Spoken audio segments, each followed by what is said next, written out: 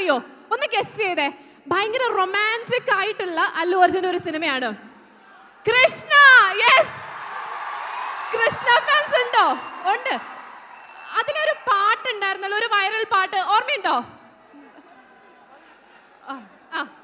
അത് തന്നെ. ഓക്കെ, പാട്ട് വരെ എല്ലാവർക്കും ഇപ്പോഴും ഓർമ്മയുണ്ട്. It's been so many. അടുത്ത സിനിമ പാട്ട് പാടും. കൃഷ്ണയിലെ ആ പാട്ട് തന്നെ പാടണം. ഓക്കെ ആണോ? പെട്ടെന്ന് പാടണം. ഓക്കെ.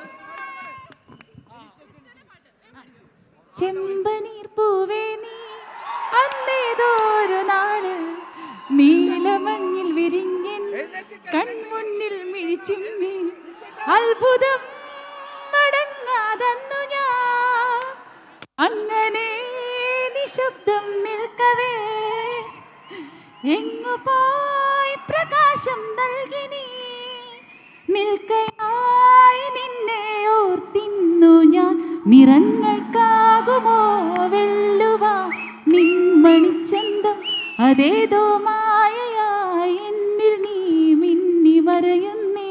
Thank you. വൗ, എത്ര നന്നായിട്ടല്ലേ പാടിയത്. കറക്റ്റ് ആയിട്ട് ആ ലിറിക്സ് ഒക്കെ ഓർത്ത് പാടി. അതിനൊരു കാരണം ഉണ്ട് കേട്ടോ.